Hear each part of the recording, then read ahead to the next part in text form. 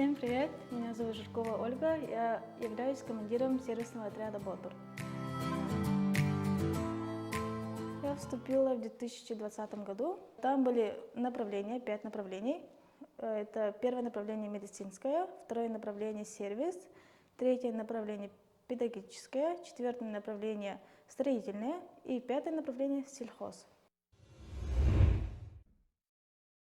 Отряд без бойцов – это не отряд, то есть бойцы – это одна история.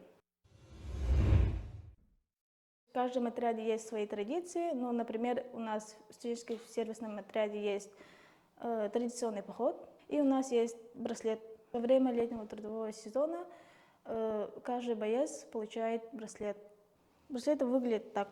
В 2021 году мы выехали в количестве 19 человек в Приморский край. Я своим ребятам дала браслеты, которые означают первый летний трудовой сезон. Это вот первый браслет.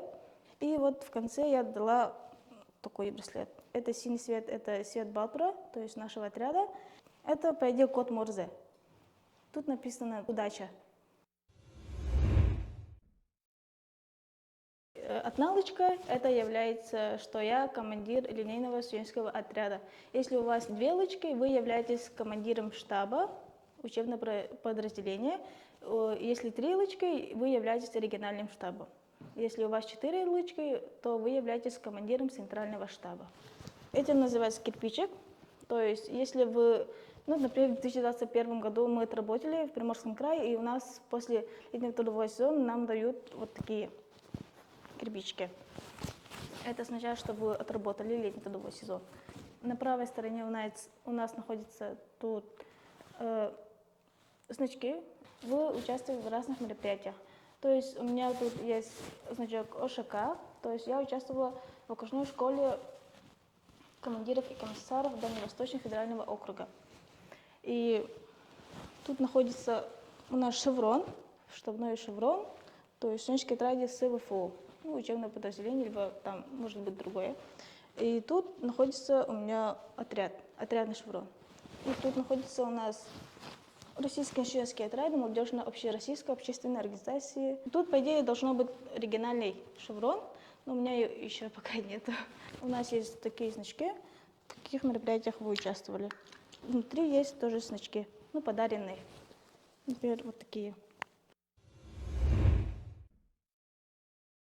В сельскохозяйственных отрядах ребята выезжают разные трудовые объекты, и там они собирают сахачай, яблоки, там ходит и путина, то есть рыбообработчики.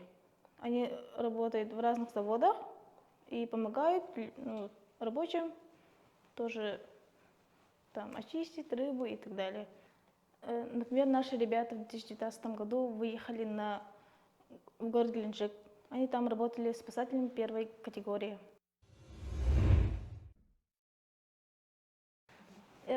Я знаю одну историю, которую один боец рассказал. Он вроде на стройке работал, и вот на 1 год остался. На Путине тоже остались бойцы. Там есть школа мастеров. То есть они 1 месяц обучаются в этой школе, и они повышают квалификацию рыбообработчика на мастера.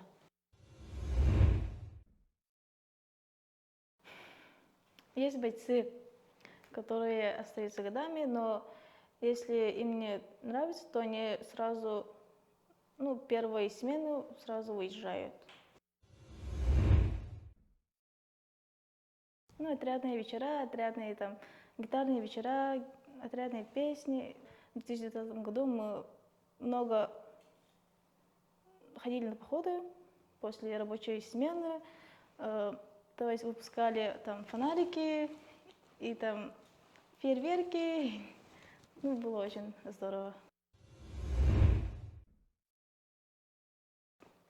Снова отряд, снова с тобой, снова мечты ворвутся в реальность, снова откинем проблемы долой и улетим туда, где лето никогда не кончалось.